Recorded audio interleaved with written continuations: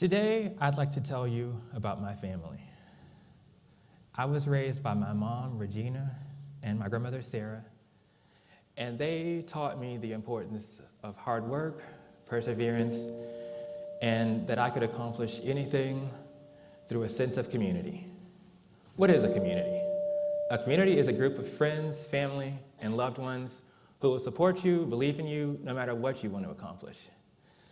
They'll always be there to support you, no matter what you want to do, and they'll always love you, no matter what goes wrong, no matter what happens, and they'll pick you up whenever you fall. My grandmother taught me this in several ways. The first way was through her life. She was born in 1927, during the Great Depression, and she saw many things, including the Civil Rights Movement, the changes that happened with women's rights, and through her career, she showed me how one person can make a difference, because my grandmother became the first progress woman at Naval Station Norfolk. She was the first woman to hold that job because the job title was progress men, and so she held the job, and so it was for a man, and so this was something that she did. And it showed me that she was able to not only make a difference, but influence her coworkers. Her coworkers were very impressed with her work, her supervisor, and she just showed me all the things that she did throughout her federal service with the Navy. She also enforced chores. She was very serious about chores.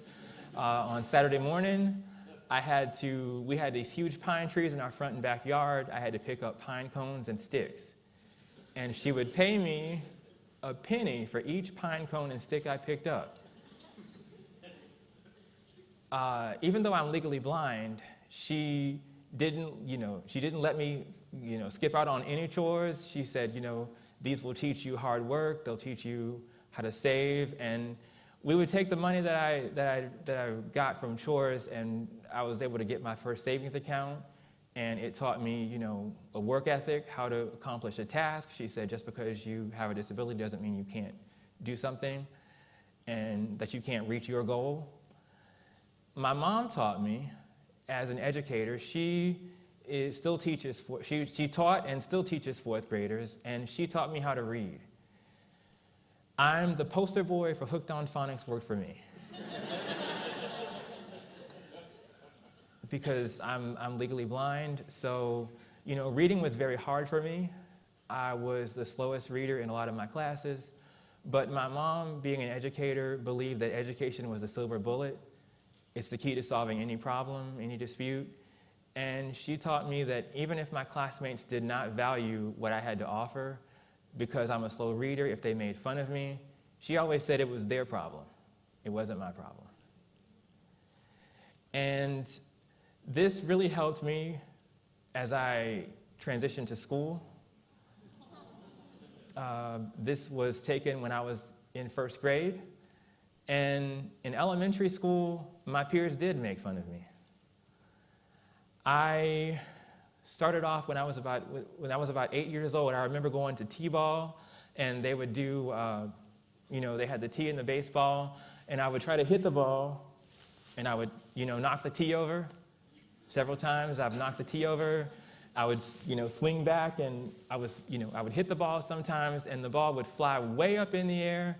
And I thought, I finally hit the ball, and the ball landed maybe like 1 inch from my right foot. And my peers laughed at me. They told me that I sucked, that I was terrible, and that I, shouldn't play anymore. And they didn't really want to play with me anymore. So, I felt bad when things like that happened. I felt bad when they made fun of me for being a slow reader. And this happened for years. My 5th grade teacher finally noticed it, and she said, you all are leaving Michael out of group assignments. You really won't play with him. You exclude him. You laugh at him because he's a slow reader. And Michael has a lot of things to contribute. And just because he reads slower than you, he understands things, and he has straight A's, unlike all of you. And so she called out my whole class when I was about 10, and I was very,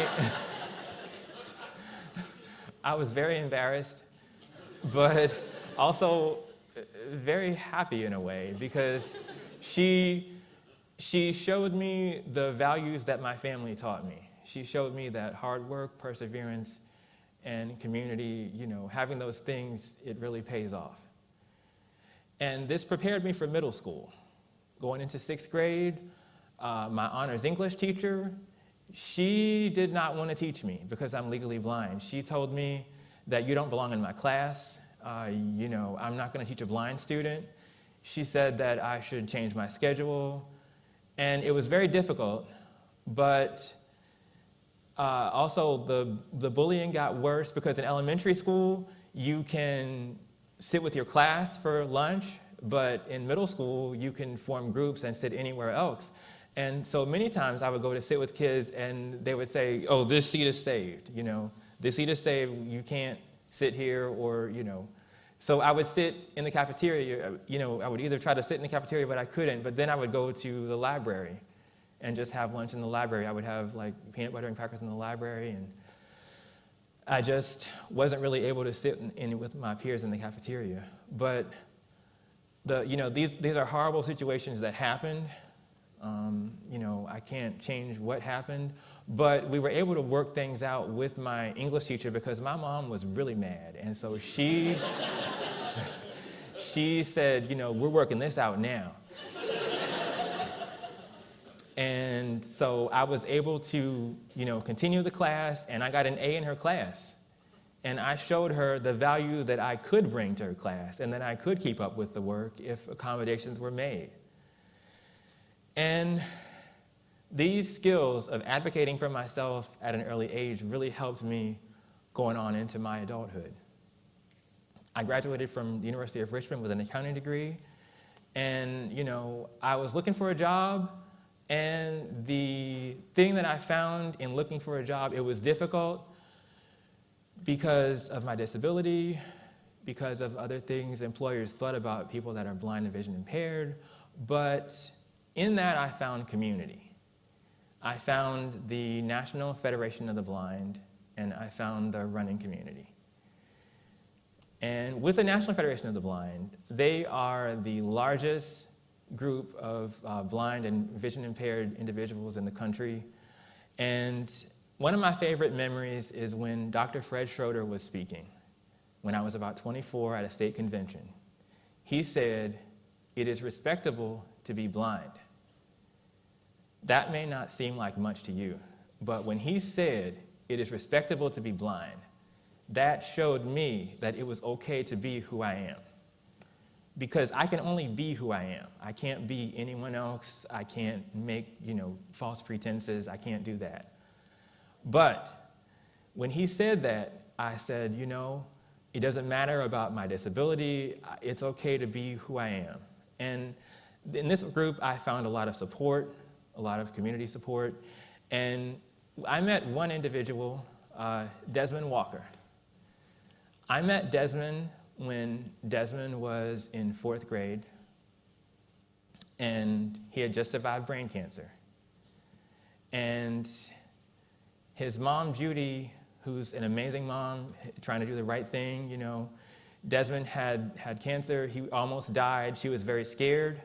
And I talked with her on the phone for quite a while, because she didn't want to exploit Desmond's disability. I heard about his story through a local church, and I contacted her, and I said, on behalf of the National Federation of the Blind, we can help Desmond to succeed, to be successful, because he went from being totally sighted to being totally blind. And she was nervous. She didn't know what Desmond needed, and I told her, I said, I want the same things for Desmond that you want. I said, I want him to be successful. I want him to have what he needs. I want him to be able to be the best person that he can be and to do all that he can do. And I have all these resources that I did not have when I was Desmond's age. My mom had to fight for them, and I don't want you to have to fight for them. It doesn't make sense.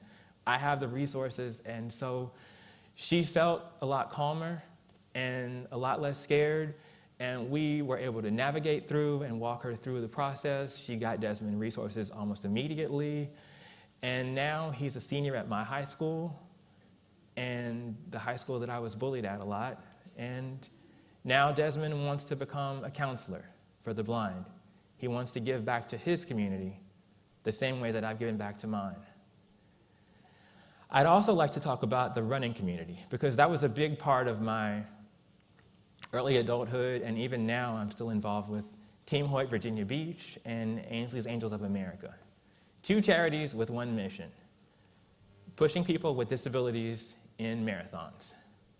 This photo was taken in the 2018 Boston Marathon, where I pushed Ashton McCormick. Ashton has autism. He also attends my high school. And I met him about 7 years ago, and he's done a lot of changing since then, because Ashton doesn't like crowds. He's not very social in terms of that, but he loves the running community, and he loves being out there, and he loves racing, and he gets so excited when he's racing, and he has benefited so much from this. And we were the first duo team that they ever had at Boston to do this, where a blind runner or a disabled runner has pushed another disabled runner with a guide runner. So we were the first ones to do this, and it took 5 years.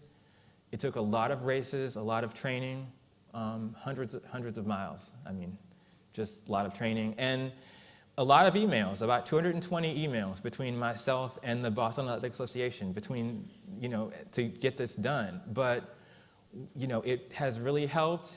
Anyone else with a disability now that wants to do this can do this because they have a policy in place for it. A community can also be anything that you can imagine, anything that you can dream of. And through these communities, I have found a lot of support. I'd also like to talk about this community, the gaming community, because this has also been a huge part of my life. I play a lot of video games, and this is something that I designed in Minecraft. Minecraft, if you don't know, is a game where you build different things. And for my whole life, people have asked me, as a blind person, how do you see a set of stairs? Well, on the right side, you'll see basically black stairs, not really distinguishable. And on the left side, you'll see a lot of color, a lot of distinguishing features. And the point that I'm trying to make is that I see stairs as the black stairs. I have to, every time I go down a set of stairs, that's how I see them. I have to figure out where they're located so that I don't fall down the stairs. And through this game, I'm able to show people how I'd like to see stairs, which is the left side. And so this is just one perspective where I can share, with people from my perspective, how I see things. And also with the Air Force, I currently work for the Air Force, and my manager asked me, they're doing a recruitment thing for cybersecurity, and I manage cybersecurity contracts, so it ties in, and they're doing a gaming, a March Madness Mortal Kombat gaming event on Twitch. And so I'll be a part of that. I'll be streaming with that. That'll be really exciting. But the point that I'm trying to make is that whatever your perspective, your sense of community, it could be any community, the athletic community, the academic community, the gaming community, anything. Whatever you can imagine, whatever you think you can achieve whatever you want to achieve through hard work, perseverance, and community. And finally, I'd like to leave you with a family story. On Christmas, my family would do talent shows. We would do instruments, sometimes musical instruments, piano, not always playing instruments well, not always singing well, but we had a sense of love, community, and just respect for each other.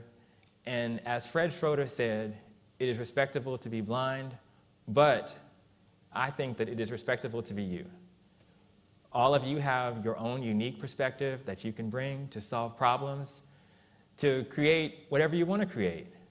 And only you know what those things are, but your community will lose out on all those things. if you don't bring them to us, and then we can all have the benefit of your perspective. So thank you very much, and it is respectable to be you.